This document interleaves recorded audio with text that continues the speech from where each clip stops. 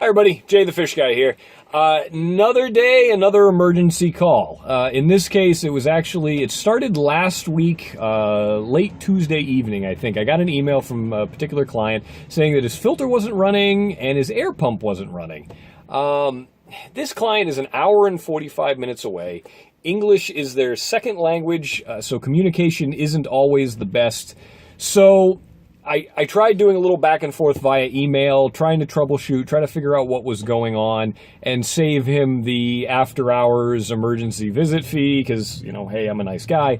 And it just ended with me suggesting one last final, hey, try plugging them both into an extension cord into another outlet, because maybe the outlet was a GFI, you didn't know how to run it, circuit breaker tripped, whatever. Anyway, I was just trying to get the tank up and running again.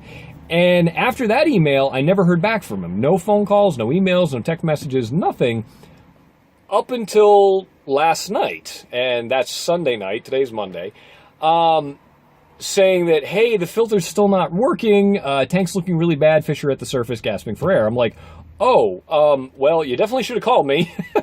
So I'm headed down there today, first thing this morning, to see what's going on, see if we can figure things out, get things back running again, and hopefully the fish are still doing okay. It's been almost a solid week, apparently, without filtration, so he didn't mention that any passed away. These are a tank full of big koi, so we shall see. So stay tuned, folks, and we'll see what's going on when I get there. So this is what I found when I got there. I apologize for no video, but this is a business with lots of employees and customers running around, and I just wanted to take a few quick pictures and get right to work, because obviously the tank needed some help. We can see a lot of particulates floating around, waste and food, and all sorts of other nastiness when I started moving around some of the plants. I'll start by saying that the air pump was running. I'm not quite sure how we had a miscommunication on that, because there was definitely bubbles coming out of the 18-inch air stone that he had in there. So that's probably what ended up saving these fish. Now, the filter was actually running barely. There was a trickle coming out of the end of the filter tube. This tank has a Fluval FX5. To plug a Fluval FX5 almost solid to the point where you have no flow coming out is an extremely impressive task, considering that I was here less than 3 weeks ago and did a complete filter service for this tank. So what went wrong? Well, in this picture, you can see excess food floating around and even some waste getting sucked up by the filter tube. The owner went away for a long weekend or a few extra days or something to that effect, and he had some of his employees feed the tank.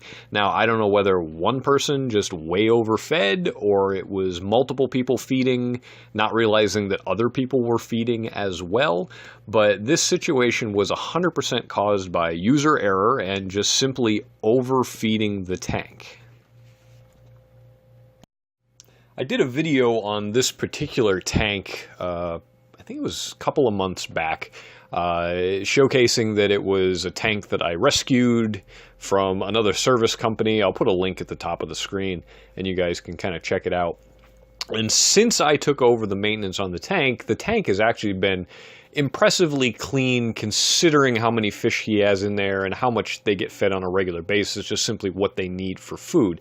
But I can go 4 to 5 weeks in between visits, and the tank is still almost crystal clear with very minimal detritus or particulates floating around in the tank. So to see the tank look like this after less than 3 weeks was a little bit frustrating, just knowing that it could have been completely avoided, and it was just people overfeeding the tank. Alright, so what did we learn from this episode? I would hope the takeaway is don't overfeed your fish and why that can be a bad thing, especially when you are borderline overstocked or are overstocked for what your tank volume and your filtration can handle. Obviously, saltwater, this is a bigger issue than in freshwater, but even in freshwater, even with a big tank, even with a big filter, you can still overdo it. So, with that being said, that's it for today, folks. If you're not a subscriber, please click the subscribe button. And as always, thanks for watching.